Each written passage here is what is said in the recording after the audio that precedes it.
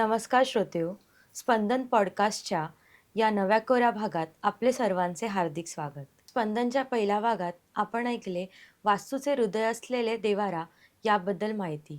तर आता जाणून घेऊया कधीही कुठेही न ऐकलेले वास्तूचे आपल्या जीवनाशी असलेले नाते.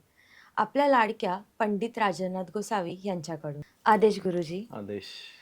आजच्या या धकाधकीच्या युगात वेळेला फारच महत्त्व आहे आणि प्रत्येक माणूस हा घड्याळाच्या काट्याप्रमाणे चालत असतो.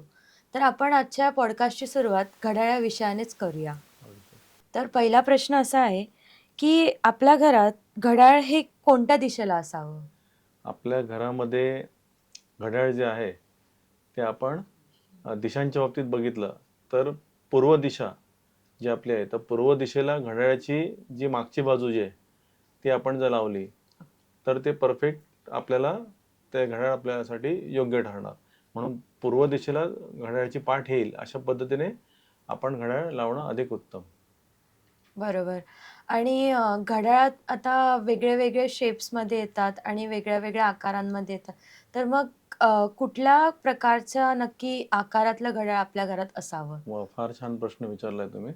ऑल क्लॉक जे आहे म्हणजे घड्याळ आपण जे भिंतीवरचं घड्याळ म्हणतो शक्यतो ते ओव्हल शेप म्हणजे अंडाकृती हं. किंवा ट्रायंग्युलर शेप त्रिकोणाकृती अशा शेपमध्ये असेल तर ते शक्यतो टाळावं. अर्थात हा पण वादाचा विषय आहे. बरेच जणांच्या ह्याच्यावर भिन्नता आहे, मतांतर आहेत. परंतु ट्रायंगल आणि ओव्हल शेप जो आहे ना अंडाकृती शेप तो शक्यतो टाळावा. त्यात उत्तम जर अधिक आपल्याला ऊर्जा घड्याळापासून हवी आहे आणि कालचक्रावर म्हणजे घड्याळाच्या गतीप्रमाणे आपल्याला चालायचं आहे. कारण ते फार बरोबर. महत्त्वाचं आहे आपल्यासाठी. तर त्यासाठी आपल्याला एकतर अष्टकोनी किंवा प्रॉपर चौकोनी, आयताकृतीपेक्षा चौकोनी किंवा मग व्यवस्थित योग्य प्रकारे गोल असलेलं. तर अशा ह्या जे शेप आहेत ते अत्यंत उत्तम राहील. अष्टकोनी जे घड्याळ आहे तर ते आपल्याला अष्टदिशांपासून ती ऊर्जा लाभते त्याच्यापासून. अष्टदिशा ज्या आहेत त्या अष्टदिशांपासून ऊर्जा लाभते आणि आपल्याला उत्तम प्रकारे आपली जी ऊर्जा जी आहे आपल्या जी स्वतःची ऊर्जा आहे ती पण त्याच्याशी ट्यून करायला मदत होते. असं.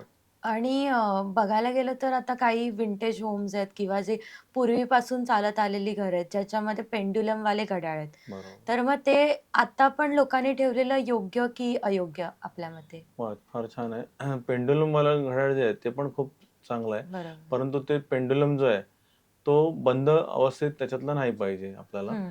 जसं घड्याळ अ, जितकं घड्याळ आपल्याला ना चालू अवस्थेत ठेवता येईल तेवढं उत्तम राहील. कारण बरोबर. पूर्वीच्या वेळेस काय होतं, पूर्वी त्याला असे ते काही आटे होते.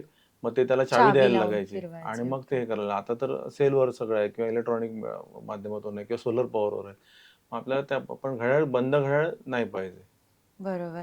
आणि इतर वेळी पण आता आपल्या घरात काही बंद घड्याळ असतील, तर ते पण नाही हां, चालणार. बरोबर. बरोबर. अगदी बरोबर. बंद घड्याळ जी आहेत ती घरामध्ये म्हणजे ऑल क्लॉक स्वरूपात असू देत, नाहीतर आपले रिस्ट वॉच असू देत, बरोबर. मनगटावरचे घड्याळ असू देत. कुठल्याही प्रकारचं घड्याळ जे आहे किंवा कोणीतरी भेट दिलेले आपल्याला घड्याळ असतात. तर अशी करून भरपूर घड्याळ होतात आपल्याकडे बरोबर. हळू परंतु शक्यतो कोणतंच घड्याळ बंद स्वरूपातलं ठेवू नका. कारण मग ते काय करतं, तर एक डेड एनर्जी म्हणजे मृत अवस्थेतली जी एनर्जी आहे, ती निगेटिव्ह एनर्जी ते द्यायला सुरुवात करते. म्हणून जितकं तुम्हाला घड्याळ जे आहे ते चालू अवस्थेत ठेवता येतील त्याची काळजी घ्या. किंवा मग समजा बंद घड्याळं तुमच्या घरात जास्त साठलेली असतील, तर मग तुम्ही काय कराल? कधी-कधी आपला जीव होत नाही. म्हणजे आपल्याला असं वाटतं, "अरे, एवढं बरोबर. महागाचं घड्याळ आहे, एवढं ब्रँडेड आहे, मग आपण ते कसं टाकायचं किंवा कसं भंगारला द्यायचं?" त्यापेक्षा मग त्याच्यावर एक उपाय आहे, की मग ती बंद घड्याळं सगळं जी तुम्हाला एकदमच जे तुम्हाला अगदी त्यांना अटॅच असतो तुमचं मन, तर ते मग काढा आणि मग ती एका कॉटनच्या कापडाच्या पिशवीत ठेवा आणि त्याला 3 गाठी बांधून ती फक्त पूर्व, उत्तर आणि ईशान्य या दिशेला ठेवू नका. ओके. तर ठेवताना पूर्व, ती उत्तर आणि आणि ईशान्य या ईशान्य. दिशेला ठेवू नका. बरोबर. मग ती परत अडथळा निर्माण करतील. ओके. मग ती तुम्ही काय कराल, तर शक्यतो ती पश्चिम किंवा दक्षिण या दिशेला ती ठेवून द्या. कधीतरी तुम्हाला बघून वाटतं, "नाही बाबा माझ्याकडे आहे घड्याळ एवढं मोठं ब्रँडेड." अल्ला ना. पण ते आता जी घड्याळ असतील ती चालू अवस्थेतच तुमच्याकडे पाहिजेत. ही बरोबर. काळजी घ्या. तर पुढील प्रश्न असा आहे, की घरात अनेक घड्याळ असतील, जसं आपल्या युजुअली घरात बरेच बेडरूम्स असतात किंवा किचनमध्ये असतं. परफेक्ट. तर मग अशा वेळी काय दक्षता घ्यावी? अशा वेळेला एक दक्षता घ्या. कदाचित काही लोकांना सवय असते, की त्यांना थोडंसं लवकरची गाडी पकडायची असते, ट्रेन पकडायची म्हणून ते काय करतात, तर 5 मिनिटं अगोदरचा टाईम लावतात किंवा 15 मिनिटं अगोदरचा टाईम लावतात. बेडमध्ये किंवा हॉलमधल्या घड्याळामध्ये. आणि मग समजा आता एकाच घड्याळ घरामध्ये किचनमध्ये घड्याळ आहे, बेडमध्ये घड्याळ आहे किंवा परत मास्टर बेडमध्ये घड्याळ आहे, हॉलमध्ये घड्याळ आहे, अशी 3-4 घड्याळ आहेत समजा धरून चाला. बरोबर. आणि त्याच्यात जर टाईममध्ये तुम्ही वर्क म्हणजे अगोदरचा किंवा लेटचा टाईम असा लावलेला असेल तर काय होणार माहिती आहे, त्याचा परिणाम असा होतो की घरातल्या जेवढे काही मेंबर्स आहेत त्यांच्यामध्ये मतभिन्नता तयार होणार. बरोबर आहे. कोण कोणाचं जुमानणार नाही, कोण कोणाचं ऐकणार नाही. प्रत्येकाला म्हणजे प्रत्येकजण म्हणणार की मी माझंच खरं. तर अशा प्रकारे हे मतभिन्नता तयार होते किंवा घरामध्ये विनाकारणचे वाद होऊ शकतात. तर आणि एकमेकाचं म्हणजे जे आपण म्हणतो ना की पटणं, स्वभाव पटणं, तर तेवढं होणार नाही. आत बरोबर. मात्र उगाचच हे दूषित तयार होईल. मात्र तुम्हाला रिस्टवॉच आहे तुमचं बरं. स्वतःचं, तर बरोबर. त्याच्यात तुम्ही टाईम मागे-पुढे करून ठेवा. प्रत्येकाचं रिस्टवॉच वेगळं असणार आहे. बरोबर आहे बरोबर. युज्युअली. त्यामुळे त्याच्यात तुम्ही टाईम वेगवेगळे करू शकता. तर आता आपण जसं म्हणालात रिस्ट वॉच, मनगटावरील घड्याळ. तर आता हे घड्याळ आपण घरी येतो तेव्हा ते कुठल्या दिशेला ठेवावं असं आपल्या मते? बरोबर. तर घड्याळ जे आहे, म्हणजे रिस्टवॉच जे आहे आपलं, तर आपण आलो तर मोस्टली बऱ्याच जणांना सवय होती. अर्थात आता तो टेबल टॉप टीव्ही जो आहे तो नाही आहे. आता आपल्याला म्हणजे ऑल माउंट टीव्ही जे आहेत ते आलेले आहेत. बरोबर. तर पूर्वी काय होतं सवय की आल्या पहिलं घड्याळ टीव्हीवर ठेवून द्यायचं किंवा काही लोकांना सवय आहे की आपल्या ह्याच्यावर ते तुमचं प्रिंटर असेल त्याच्यावर ठेवून देतात किंवा आपला फ्रीज असेल त्याच्यावर ठेवून देतात आल्या. बरोबर. तर तसं शक्यतो ते करू नका. आलं लक्षात ना, की जेणेकरून तुम्हाला काय होईल, की त्याच्यामध्ये प्रत्येक ह्या ज्या इलेक्ट्रिक गॅजेट आहेत, इलेक्ट्रॉनिक जे गॅजेट आहेत ना, इलेक्ट्रॉनिक गॅजेट, तर त्या प्रत्येक गॅजेटमधून एक निगेटिव्ह एनर्जी ट्रान्सफर होत असते आणि त्याच्यामुळे ती दूषित ऊर्जा तुम्हाला विनाकारण त्या तुमच्या घड्याळाला ते मिळणार आहे. आलं लक्षात. त्यामुळे त्याचा परिणाम तुमच्यावर होणार आहे. म्हणून शक्यतो घड्याळ योग्य प्रकारे शोकेसमध्ये ठेवा किंवा योग्य त्या फळीवर ठेवा आणि शक्यतो ती पण दिशा जर त्यातल्या त्यात शक्य झाली तुम्हाला, तर उत्तर, ईशान्य किंवा पूर्व हं. या कॉर्नर स्पेसमध्ये असेल तर अधिकच खूपच उत्तम. बरोबर. पुढचा प्रश्न असा आहे, की आपल्याकडे सर्वांकडेच आता मोबाईल्स आहेत. तरी पण आपण घड्याळ का वापरावं? का आवश्यक ते? बरोबर आहे. मोबाईलमध्ये आपल्याला टाईम दिसतो. उलट खूप चांगल्या रीतीने आपण तो शार्प टाईम बघतो. परंतु आपल्या प्रत्येकाचं जे रिस्टवॉच आहे, तर घड्याळ हे जे आहे ते कालगतीचे यंत्र आहे. घड्याळ जे आहे ते कालगती यंत्र आहे आणि जर ते आपण मनगटावर जर ते बांधलेलं आहे स्वतःच्या, तर त्याला काय होणार आहे, तर आपल्याला त्याच्यापासून एक ऊर्जा मिळते. त्या यंत्रापासून काय सतत ऊर्जा मिळते. सतत अपडेट राहण्याची एक ताकद आपल्याला मिळते. त्यामुळे आपल्याला या यंत्राचा फार मोठा फायदा होणार आहे मोबाईलपेक्षाही. आलं लक्षात ना. त्यामुळे घड्याळाची सवय अगदी जडवून घ्या आणि मी तर प्रत्येकाला म्हणेन, की प्रत्येकाने आपापलं घड्याळ जरी तुम्ही गृहिणी असलात, तरी सुद्धा वापरायची सवय ठेवा. आणि बरोबर. विद्यार्थी असलात तर उत्तमच आहे. अल्लाह आणि किंवा आपण नोकरदार आहोत किंवा काय. म्हणून मोबाईलवर डिपेंड राहण्यापेक्षा आपल्या हातावरचं घड्याळ ते आपल्याला पुढे जाण्यासाठी गतिमान करणार ते यंत्र आहे. पुढे गती घेण्यासाठी आपल्याला फार तुम्हाला त्याचा म्हणजे जो अनुकूल बदल आहे तो दिसून येईल तुम्हाला. तर हल्ली जेवायला बसताना आपण आपल्याला एक सवय असते किंवा आता बऱ्याच लहान मुलांना पण ही सवय झाली आहे, की ते जेवायला बसताना फोन घेतल्याशिवाय तर जेवायलाच बसत नाहीत. तर अशा वेळी आपण काय करावं? किंवा जेवण बनवताना पण प्रत्येक अशी सवय झाली आहे, की फोन बरोबर असतो किंवा फोनवर काहीतरी चालू असतं आणि जेवण बनवत असतात आणि जेवायला बसले तरी आपण बोलत असतो, संवाद साधत असतो. तेव्हा काय अशी विशेष दक्षता घ्यावी आणि काळजी घ्यावी? खूप छान प्रश्न विचारलाय. शक्यतो लक्षात घ्या, की जेवायला बसलेलं असताना आपण शक्यतो टीव्ही किंवा मोबाईल शक्यतो पाहू नये. आता काही जणांच्या बाबतीत असं झालंय, की त्यांना जोपर्यंत मोबाईलवरचा कार्यक्रम बघत नाही किंवा टीव्हीवरचा प्रोग्राम बघत नाही, तोपर्यंत घास जात नाही. म्हणजे जेवणाचा घास जात नाही, अशी पण सवय लागलेली आहे. आता त्यांनी कमीत कमी एवढी तरी दक्षता घेतली पाहिजे, की जेवत असताना एखादं गाणं तुम्ही लावलं, तर इन्स्ट्रुमेंटल सॉन्ग आहे एखादं गाणं लावलेलं आहे शांत असं, तरी ते अधिक चांगलं आहे. किंवा त्यापेक्षा जर समजा एखादा कॉमेडी कार्यक्रम आहे, तो लावलात तुम्ही तरी चालेल. पण त्या जेवताना आपण जर एखाद्या वेळेस टीव्हीवर एखादी सीरियल चालू आहे किंवा एखादी ॲडव्हर्टाइजमेंटमध्ये येते आणि त्याच्यात दाखवतात की हॉस्पिटलमध्ये पेशंटला भरती करतायत किंवा हं. एखाद्या ठिकाणी बॉम्बस्फोट झाला आहे बरोबर, किंवा एखाद्या ठिकाणी मर्डर दाखवतात. मर्डर झाली बरोबर. त्याची बातमी आपल्याला न्यूजमध्ये सांगितली जाते किंवा एखाद्या ठिकाणी काहीतरी हे भूकंप झालेला आहे किंवा पूर आलाय वगैरे ह्या सगळ्या भाग आहेत. परंतु आपण लक्षात घ्या की शक्यतो ह्याचा परिणाम जो आहे तो आपल्याला, कारण आपण अन्नब्रह्म हा जो भाग आहे तो फार मोठी उपासना आहे. अन्नब्रह्म ही पण एक फार मोठी उपासना आहे. तर अन्नब्रह्म आपण घेत असताना त्यावेळेस नकळत कळत ते विचार आपल्या उदरभरणात जातात. मग उदरभरण हे जाणीचे यज्ञकर्म, ते यज्ञकर्म आहे हे लक्षात घ्या आपण. त्याच्यामुळे आपण त्या ठिकाणी विचार ते जर घेतले तर तेच आपल्याला रिफ्लेक्शनमध्ये पुढच्या 27 दिवसात कुठे ना कुठेतरी त्याचा बरोबर. संबंध आपल्या जीवनाशी येणार. माझ्याकडे मध्यंतरी म्हणजे मागच्या काही कालावधीपूर्वी मुंबईमध्ये सलग बॉम्बस्फोट झाले होते. हं. मुंबईमध्ये सलग बॉम्ब, आणि त्यावेळेसचे ते जे त्यावेळेस दादा छोटा होता. तर ते दादा नेमका जेवायला बसलेला आणि टीव्हीवर सतत हे चालू होतं. हे चॅनल ते सांगतोय, ते चॅनल सांगतोय, आणि अक्षरशः म्हणजे माझ्याकडे, मी आता फक्त काही आपल्या प्रोटोकॉलप्रमाणे नाव घेऊ शकत नाही. पण त्या दादावर एवढा त्याचा परिणाम झाला, की अक्षरशः मेंटली एक वेगळी केस त्याची तयार झाली. आणि डॉक्टरांनी वेगळ्या प्रकारे म्हणजे त्याचे परिणाम म्हणजे सांगितलं. परंतु ते त्यांच्या आईने एवढा धसका घेतला की विचारता सोय नाही. अक्षरशः रिअल केस आहे. पण त्याच्यातलं की लक्षात घ्या की ते परिणाम त्या बाळावर झाले. नशीब आता तो बाळ त्या प्रवाहातून बाहेर पडले. आता ते मोठा झालाय दादा. आता जॉबच्या पण सर्चमध्ये. पण एवढं लक्षात घ्या त्याचा इम्पॅक्ट होतो. म्हणून माझ्याकडे जिवंत उदाहरणं आहेत ती. तर मी तुम्हाला विनंती करेन की जरूर कार्यक्रम बघा. म्हणजे तुम्हाला जर टीव्ही शिवाय किंवा मोबाईलच्या प्रोग्रामशिवाय घास जात नाही तर जरूर बघा. परंतु त्यावेळेस तो चॅनल बदला किंवा तो प्रोग्राम बदला, हा भाग आहे. आणि कधी कधी काय असतं, नेमकं आपण जेवायला बसलेलो असतो आणि त्यावेळेस आपल्याला काय सांगतो आपण की या माझ्या ऑफिसमध्ये कोणतरी आजारी आहे, माझ्या ऑफिसमध्ये अमुक अमुक आजारी आहे, मी गेलेलो बघायला, किंवा असं, किंवा नातेवाईकाच्या आजारपणाबद्दल काढतो आपण विषय, किंवा स्वतःच्या आजारपणाबद्दल मी आपल्या पत्नीला विचारतो, गेली डॉक्टरांकडे, औषधं खाल्लीस, किंवा काय बोलले डॉक्टर. तर ते जेवताना हे विषयच काढू नका.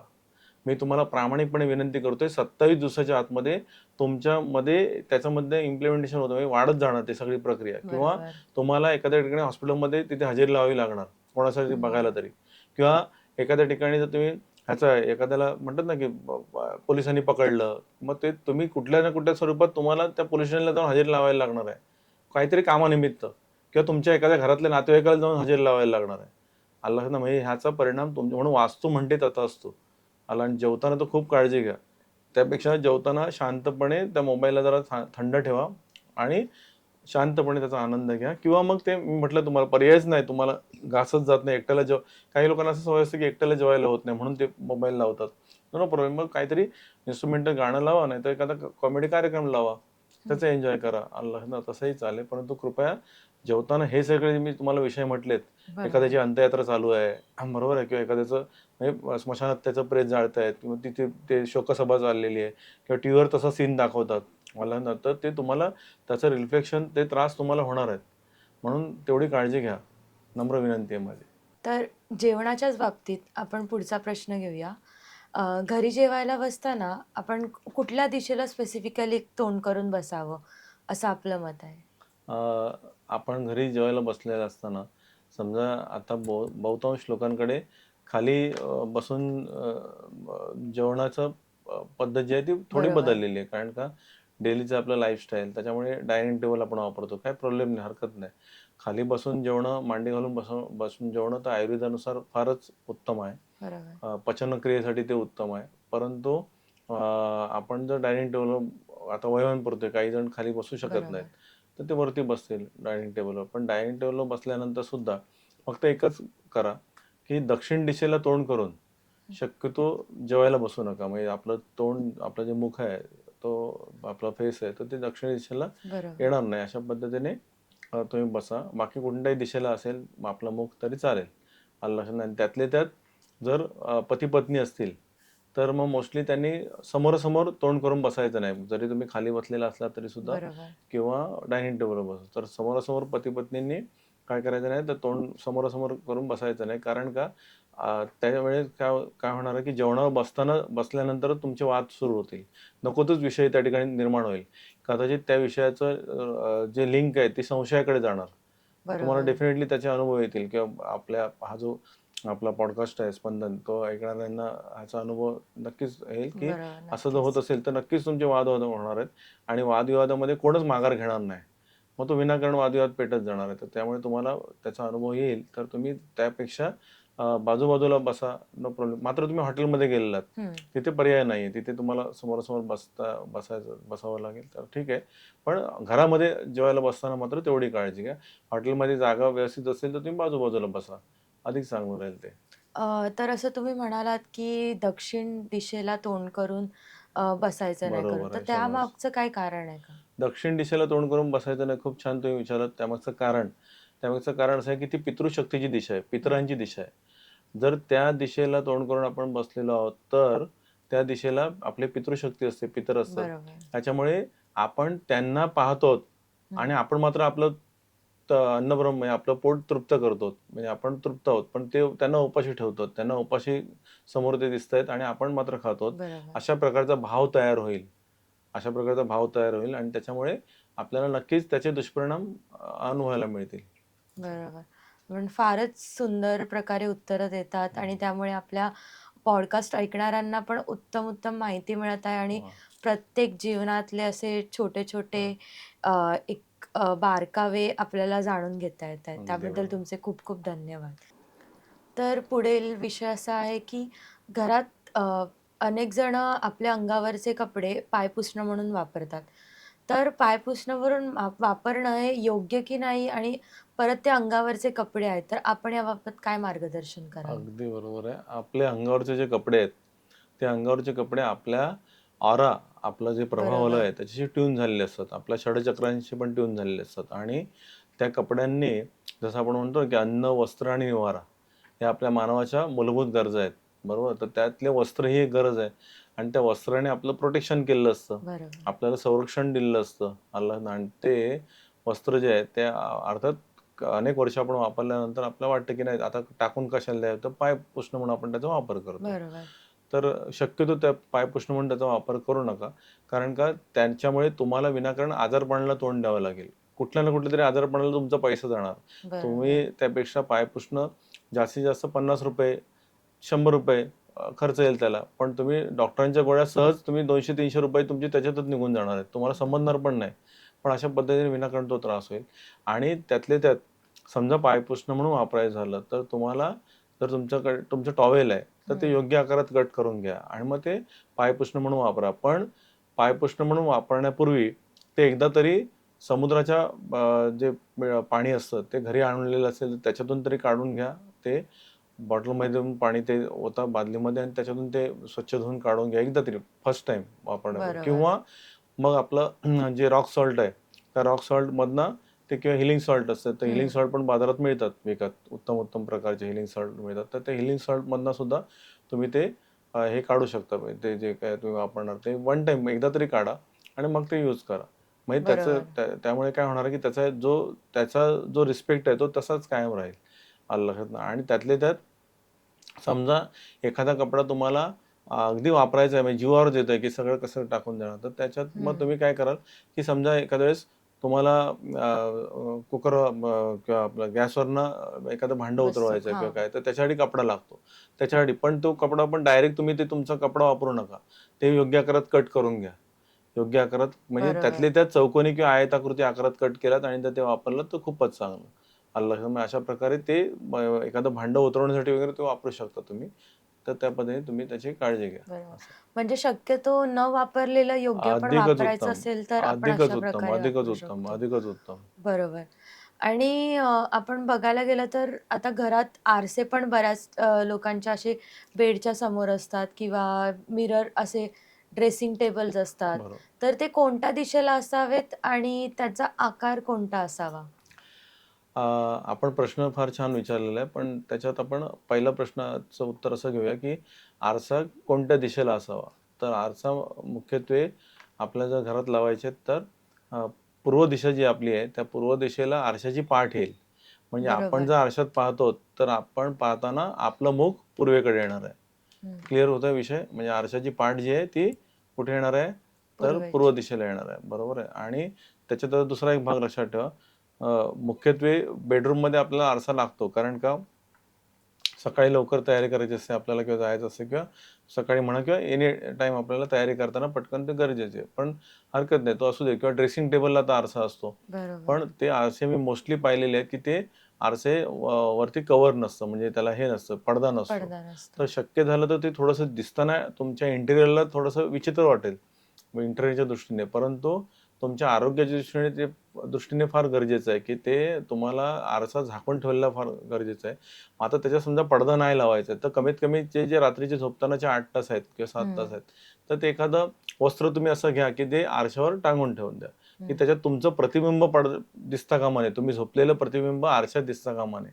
त्याच्यामुळे काय होणार आहे की ज्या आजूबाजूला ज्या अदृश्य दूषित शक्ती आहेत, त्या दूषित शक्ती त्या आरशाच्या ठिकाणी येऊन वास करतात आणि बरोबर. त्याचं प्रतिबिंब जेव्हा आपल्या त्या आरशात पडतं तेव्हा आपल्याला विनाकारण अगदी 100% आजाराला तोंड द्यावं लागणार आहे तुम्हाला. बरोबर. मग ते आजार मानसिक स्वरूपाचे असतील, आजार तुमचे शारीरिक स्वरूपाचे असतील असं. आणि दुसरी गोष्ट, तुमची जी आर्थिक बाजू आहे ती कमकुवत हळूहळू व्हायला सुरुवात होते. हो. तुमच्या लक्ष्मीवर पण त्याचं मात्रेवर हे होणार आहे. आणि दुसरी गोष्ट, सकाळी उठावं असं वाटणार नाही. तुम्हाला सकाळी बरोबर. म्हणजे प्रसन्नतेने उठायचं असं ते वाटणार नाही. तुम्हाला वाटणार की नाही जाऊ देत, आपण रेंगाळत राहणार. तर त्या पद्धतीने हे असे दूषित त्या शक्तीचे परिणाम आपल्या शरीरावर होतात.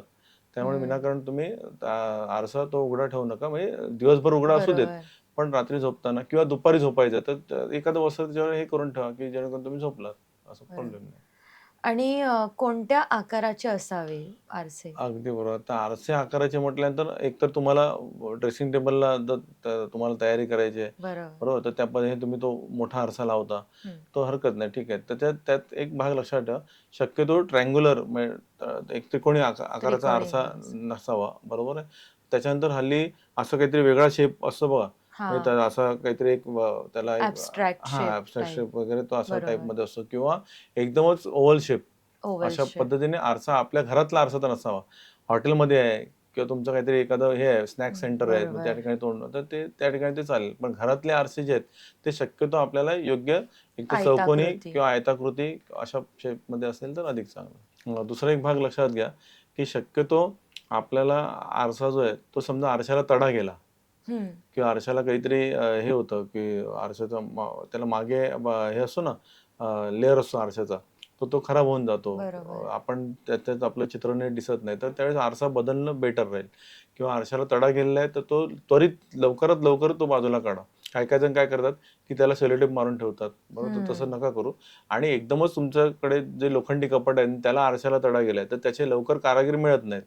तर मी त्याला सांगेन पर्याय असा, की पूर्ण पेपर चिटकवून टाका. बरोबर. पूर्ण त्याला एक वर्तमानपत्राचा पेपर घ्या किंवा प्लेन पेपर घ्या आणि चिटकवून टाका.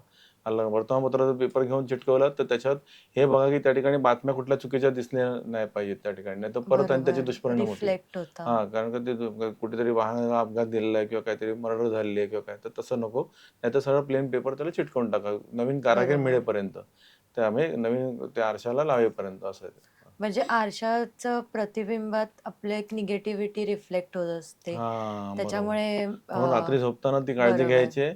आणि दुसरी गोष्ट, फुटलेले आरसे नाही ठेवायचे घरामध्ये. ओके. फुटलेला आरसा वगैरे शक्यतो ठेवायचा नाही आणि आपल्याला. मी असंही ऐकलेलं, की फुटलेल्या आरशात आपलं प्रतिबिंब जर आपण सारखं बघत राहिलो, तर बरोबर. दारिद्र्य पण येतं नक्कीच, असं. अगदी 100%. बरोबर. 100%. फार खूप छान तुम्ही त्याचं हे अजून पण मला असं विचारावसं वाटतंय, की इतर गोष्टी पण असतात ज्याच्यात काचा फुटलेल्या असतात. जसं गाडीची काच फुटलेली असते किंवा गाडीच्या साइड मिररची काच फुटलेली असते. तर अशा केसेसमध्ये काय करावं? आणि असं पण असतं, की घड्याळाचे पण काचा कधी-कधी ब्रेक गेलेल्या असतात. तर मग बरोबर. आपण याच्याबद्दल काय सांगाल? खूप छान आपण परत त्याच टॉपिकवर आलोत. तर सगळ्यात महत्त्वाचं म्हणजे आपण काच हा जो घटक आहे, तर त्याच्यामध्ये लक्षात घ्या, की कधी तुम्ही म्हणलात, की गाडीची काच. बरोबर. आता गाडीच्या काचेला पण कधीतरी तडा गेलेला असतो, बरोबर? हं. किंवा गाडीचे साइड मिरर त्याला पण तडा गेलेला असतो. शक्य होईल तेवढं आपलं बजेट आहे, तर अर्थात त्याला मोठा थोडा बजेट येतो, खर्च येतो. बरोबर. मग आपण त्या परीने ते काच बदलायचा हा जो भाग आहे तो सगळ्यात महत्त्वाचा आहे. म्हणजे काच हं. बदलून त्याला नवीन काच लावून घ्या, आलं लक्षात ना? आणि त्याच्यात दुसरा एक भाग म्हणजे आपल्या घड्याळ. तर कधी-कधी रिस्ट वॉचची पण काच आपल्या फुटते. ते पण भाग जो आहे तो. आणि कधी-कधी काय असतं, की हे ज्या गोष्टी ज्या आहेत ना, त्याच्यामागे जर आपण सखोल विचार केला, अर्थात ती अंधश्रद्धा नाहीये. सखोल विचार केला तर लक्षात येईल, की कधीतरी काच हा जो घटक आहे, तो आपल्यावर येणारं जे काही थोडंसं अरिष्ट असतं ना, ते काचेच्या मधून तडकलं जातं. मग काच त्याचा स्वतः हं. त्या ठिकाणी तडकून त्या गोष्टीला बरोबर. त्या ठिकाणी त्याचं डिस्ट्रॉय होते ती एनर्जी. आलं लक्षात ना? म्हणून कधी-कधी बघा तुम्ही चहा पीत असता किंवा कपबशी आपली चहाची बरोबर. आपण आपल्याला आपली पत्नी देते किंवा आई देते आणि आपल्याला अचानक आपण सगळं व्यवस्थित आहे, पण तो अचानक त्याचा कपाचा कान तुटतो किंवा कपच हातातून खाली पडतो किंवा हं. बशी हातातून खाली पडते. बरोबर आहे? तर त्यावेळेस ती काच त्या ठिकाणी ती विलय करते. आलं ना? ह्याच्यामागे फार मोठं संशोधन आहे. कुठलीही अंधश्रद्धा नाहीये ती. तसंच तुम्ही बघितलात तर मोबाईलचे ग्लास. बरोबर. मोबाईलला आपला काच असते. आता त्याला वरती आपण त्याला गोरिल्ला काच वगैरे लावतो, टफन ग्लास वगैरे लावतो. ती बस गोष्ट वेगळी आहे. किंवा तुमचं ऑफिसचं टेबल असेल, तर बरोबर. ऑफिसच्या टेबलच्या टॉपवर पण ग्लास असते. ती पण फुटलेली असते. आपण त्याच्याकडे लक्ष देत नाही. किंवा किंवा कधीच डायनिंग टेबलवर पण येस. आजकाल ग्लासेस हां, असतात डायनिंग टेबलवर पण ग्लास आहेत. किंवा बरोबर, खूप छान. टिपॉयवर पण असतं. टिपॉयवर पण असते ग्लास. मग ते काच जे आहे, तिला तडा गेला तर लवकरात लवकर त्या ठिकाणी सोल्युशन करा किंवा मग त्याच्यावर एखादा कपडा तरी टाकून ठेवा, की जेणेकरून ती काच दिसणारच नाही. टिपॉयवर बरोबर. वगैरे. पण आता काय रिस्ट वॉच वगैरे असेल किंवा मोबाईल, तर ती काच लवकरात लवकर बदला. नाहीतर त्याचे दुष्परिणाम परत आपल्याला भोगावे लागतील. त्रास होईल आपल्याला. असं आहे. बरोबर. तुम्ही खूप छान प्रकारे ह्याचं पण आम्हाला उत्तर दिलंत. त्याच्यामुळे हां. जे रिस्टवॉच किंवा जे छोट्या-छोट्या मोबाईलचं. गोष्टी आहेत, बरोबर. ज्या आपण बरोबर. डेली यूजमध्ये वापरतो, बरोबर. त्याचा लवकरात लवकर आपण उपाय काढलेला उपाय बरोबर आहे. काढला. आपण या भागात केलेल्या मार्गदर्शनाबद्दल आपले खूप खूप धन्यवाद गुरुजी. आणि आपल्या व्ह्युअर्सना आपलं हे केलेलं मार्गदर्शन खूपच आवडलं असेल, कारण एका छोट्या-छोट्या विषयाबद्दल आम्हाला माहिती मिळाली आहे आणि आपले असेच काही प्रश्न असतील, तर आम्हाला नक्की या कमेंट बॉक्समध्ये कळवा आणि ह्या स्पंदन पॉडकास्ट चॅनलला लाईक करा, शेअर करा आणि सबस्क्राईब करा आणि असाच प्रतिसाद देत राहा, की जेणेकरून आम्ही वेगळ्या-वेगळ्या विषयांवरती नवीन-नवीन प्रकारे माहिती घेऊन येऊ. आदेश.